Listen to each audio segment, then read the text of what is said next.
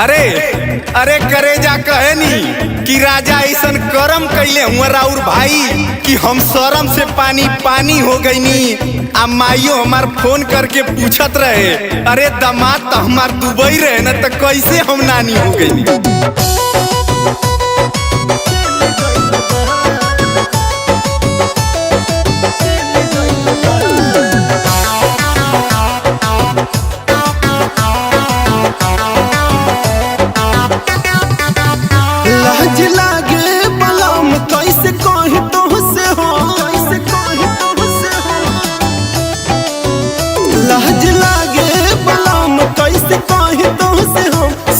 सोच माथा हमारे फेल भइल बा। अरे तू बाड़ दुबई बहलमुआ देवरवा खेला खेल गइल बा। तू बाड़ दुबई बहलमुआ देवरवा खेला खेल गइल बा।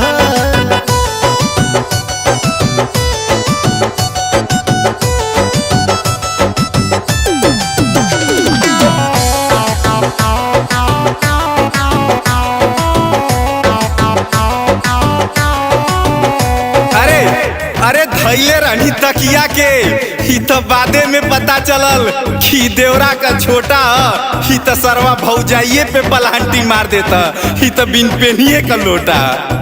तकिया समझ रतिया लगनी पहुंचिया रे रहे होश लगल खैरा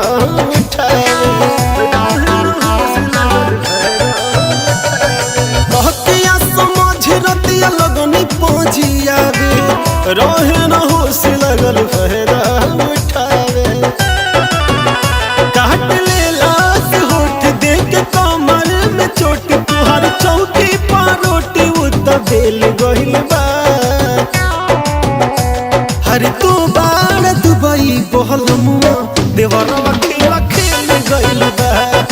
तू बाड़ दुबई बहलमुआ देवरवा खेला खेल गइल बा।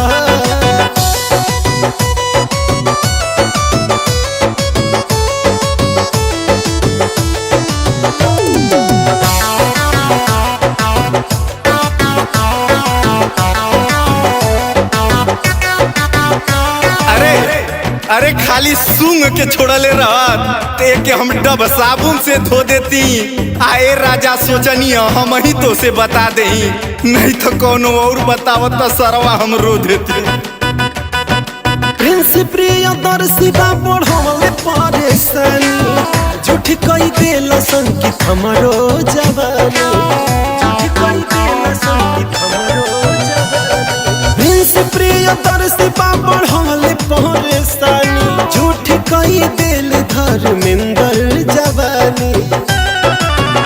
दिल पे कैसे सोझाइब तोहसे नजर मिलाइब यार जोश में जवानी के सेल भइल बा। अरे तू बाड़ दुबई बहलमुआ देवरवा खेला खेल गइल बा। तू बाड़ दुबई बहलमुआ देवरवा खेला खेल गइल बा।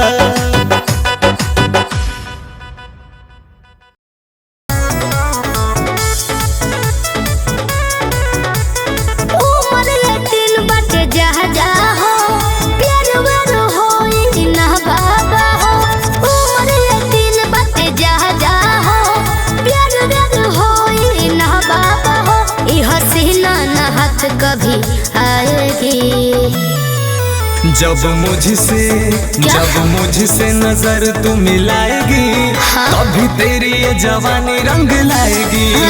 जब मुझसे नजर तू मिलाएगी, हाँ? तभी तेरी ये जवानी रंग लाएगी।